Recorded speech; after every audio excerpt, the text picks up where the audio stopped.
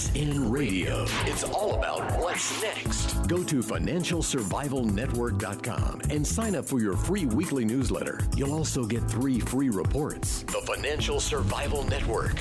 It's all about what's next. Welcome. You are listening to the Financial Survival Network. I'm Kerry Lutz, and we are back from our trip to China, and the date is October 17th, 2016. Hopefully you've been following what's happening in Syria, threats of World War III, flying from the lips of Vladimir Putin, whether they're to be believed or not. Well, that's another issue, but with us, Ivan Eland, you know him well, frequent contributor to the show, senior fellow director, Center on Peace and Liberty at the Independent Institute. And Ivan, welcome back. Thanks for having me on again, Kerry. As always. So we got a situation here in Syria. Fighting's picking up. Maybe you can educate me on exactly who the U.S. is supporting, because I can't quite figure it out. I do know that Russia and Russia's allies are supporting Assad, the current dictator from a line of dictators. His father was the dictator of Syria before him. And, you know, I don't know exactly who the U.S. is supporting. There's a lot of controversy there. Jihadis, rebels, take your pick. But it's leading to a confrontation with Russia. What's happening there? Yeah, well, anybody who isn't following it day to day is probably confused by the whole thing, because it's sort of a multi-sided civil war, and there are many groups fighting Assad. There's ISIS. There's a group which was called al-Nusra that was an al-Qaeda affiliate, but has now supposedly renounced the al-Qaeda brand, that is intermingled with the groups that the U.S. is supporting, who are supposed to be freedom fighters. But of course, we all know that we usually brand our own groups that we're supporting as freedom fighters, and everyone else is a terrorist.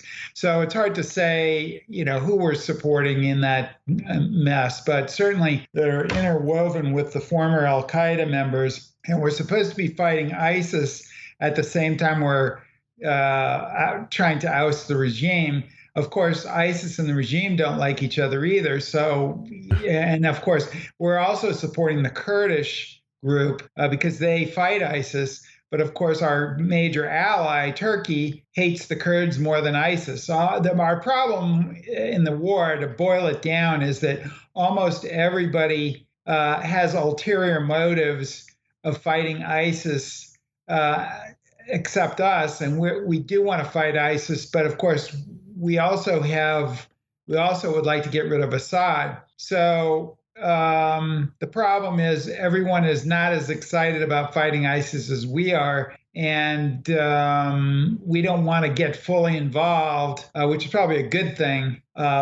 But you could make the argument for not getting involved at all, given the fact that Assad, the Russians, Iranians, Hezbollah, which is on the terrorist list, they're all on one side, and then you have ISIS and al-Qaeda on the other side. So when your enemies are fighting each other, Otto von Bismarck, who was the master at strategy, would say, why don't you just let them fight and not do too much with the whole thing? And Syria is not that strategic to the U.S. in the first place. I think our politicians on both sides have this idea, well, the Russians are involved there, so we have to counter them. That's sort of a Cold War idea, since Russia is much diminished from its Soviet Union days. And therefore, I think we could afford to let them have a friend in the Middle East of Syria and Assad. Certainly Assad is a brutal dictator, but the question is he worse than ISIS or this group, which used to be an al-Qaeda affiliate, which are more radical and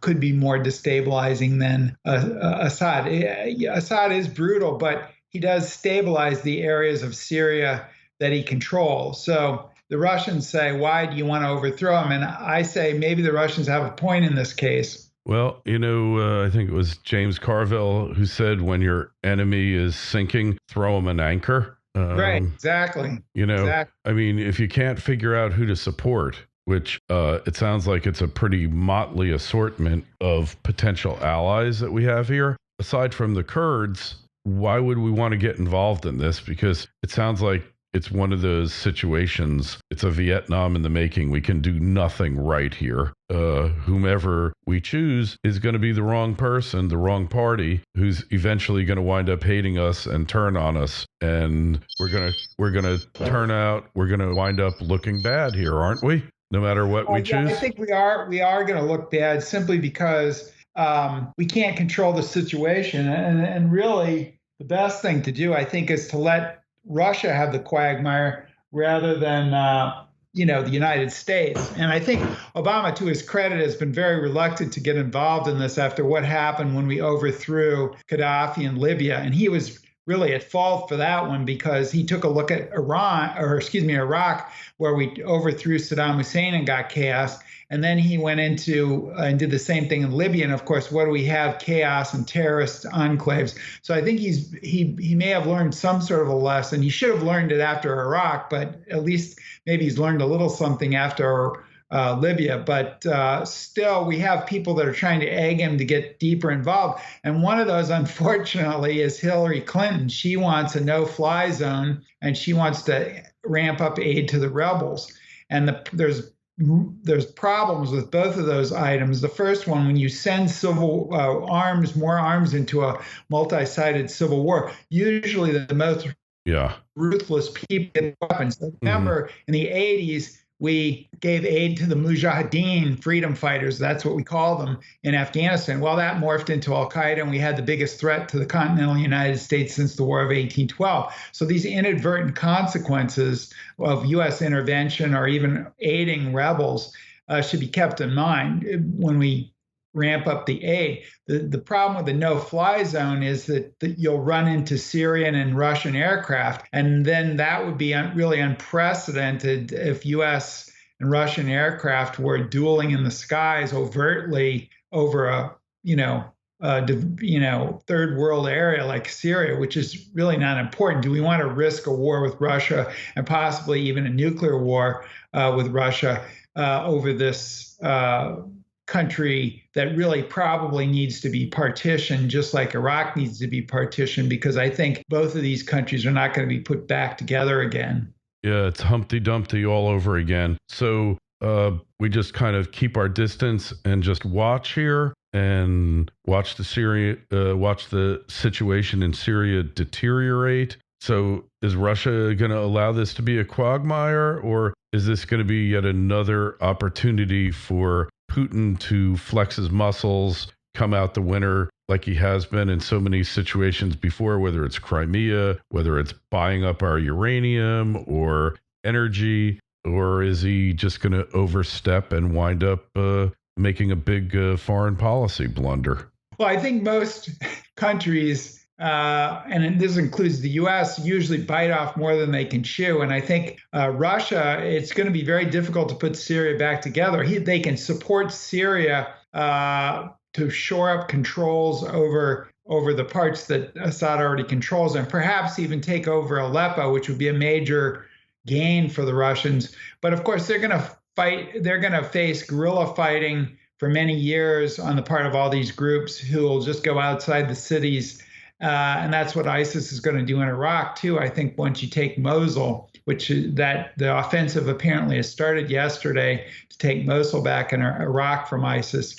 So I think really the United States, Obama's real problem with Syria was, despite his caution, he got involved too deeply in it. He said if Assad uses chemical weapons, he's going to, that was a red line. Well, You don't draw a red line unless you intend to, do something about it. And so I think that was a mistake. And I think getting involved with these groups at all, I think sometimes we have to let other regional powers deal with the problem. Turkey should have done much more than it currently did. In fact, Turkey had a bad influence on the whole scene in Syria because they wanted to take out Assad, so they let militants and their weapons and their funding go across their border willy-nilly until ISIS started turning on them and attacking. And so they've at least closed down parts of the border now. It's still leaking, but, the Turks should have been in the first line of defense against ISIS, and they really haven't been. As I say, the problem that we have there is that people have other priorities besides ISIS. But ISIS is right on Turkey's border, and it's now attacking across Turkey's border. So these countries now do have an incentive, I think, to do more, and we need to let them do that. And if Russia is eventually will have to take out ISIS if it's going to restore Assad's control over entire territory of Syria, which is of course going to be difficult because I think the Russians could get bogged down in a quagmire there. But certainly they're going to have to. They might even have to insert ground forces in significant numbers, et cetera, because now they're just using air power. But Assad is very weak, and these groups were very weak until various outside powers like Russia, Saudi Arabia, and Qatar, and some of the other Gulf states, they got involved in supporting the various sides to the war.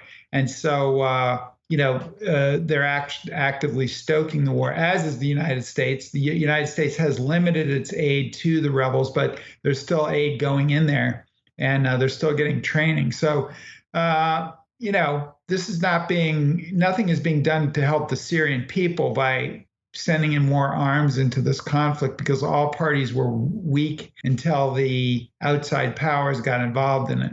And WikiLeaks, Hillary Clinton even said that the Saudis and Qatar are the ones who've been funding ISIS, which means they're in large measure responsible for what's happening in Syria now. Yeah, I think that's true, because the ISIS ideology is Wahhabism, and that is, of course, the Wahhabis and the king of Saudi Arabia decades ago made this pact.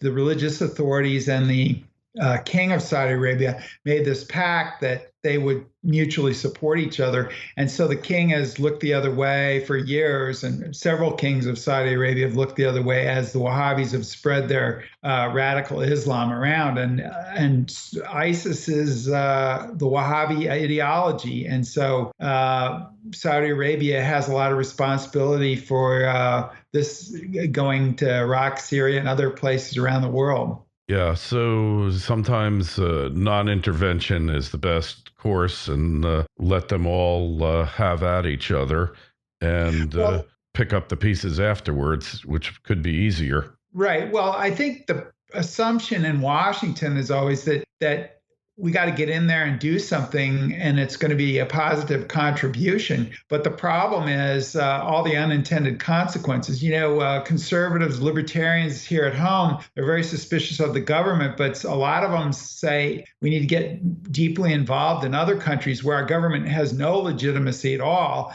Of course, they question our government's legitimacy here at home. So there's a little bit of a disconnect there, and I think they assume that that our intentions are good, and therefore, we're going to do good in some of these conflicts. But a lot of the times, we've been making a lot of our own enemies recently. Al Qaeda in Afghanistan back in the 80s, ISIS, which was formerly called Al Qaeda in Iraq, came about because of the U.S. invasion of Iraq, and then, of course, I think our intervention in Syria and in Libya has at least helped increase ISIS's presence in both of those places. And so, I think we need to be careful.